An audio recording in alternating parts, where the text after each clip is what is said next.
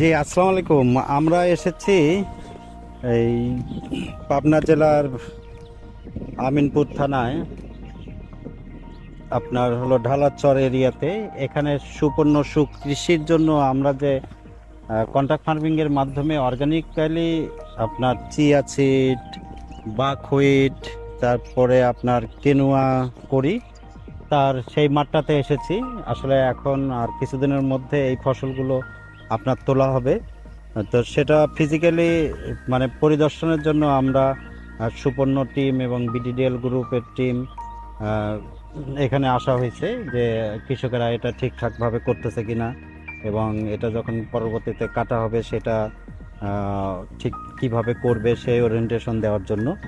তো এখন দেখেন যে আসলে দেখে মনটা ভরে যাচ্ছে যে এই নীল ফুল চিয়াতে, হ্যাঁ, এবং পুরা মাঠ, এখানে কয়েক বিঘা জমি আমরা এটা করেছি।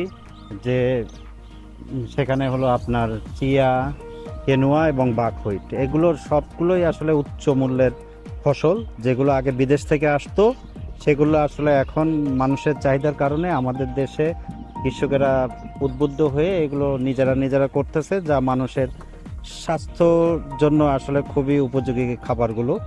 তো এটা আলহামদুলিল্লাহ আমাদের দেশে হচ্ছে, এবং আমাদের দেশের কৃষকেরাও যেমন লাভবান হবে, তেমনি করে আমাদের যারা ভোক্তা এবং খাবে তারাও এটা খেয়ে তাদের স্বাস্থ্যটা ঠিক রাখতে পারবে। তো এখন ভোক্তারা যদি সঠিক একটা খাবার পায়, হ্যাঁ, এবং অর্গানিকভাবে উৎপাদন করা বা অ্যাগ্রো ইকোলজিক্যাল যেটাই বলেন, ন্যাচারাল যা বলেন, মানে বিষমুক্তভাবে উৎপাদন, নিরাপদ উৎপাদন করলে এটা যেমন ভোক্তা উপকার পাবে, তেমনি আবার কৃষকও একটা ভালো মানে মার্কেট পাবে। তো ধন্যবাদ। আমরা সকলকে একে অপরকে সহযোগিতা করি।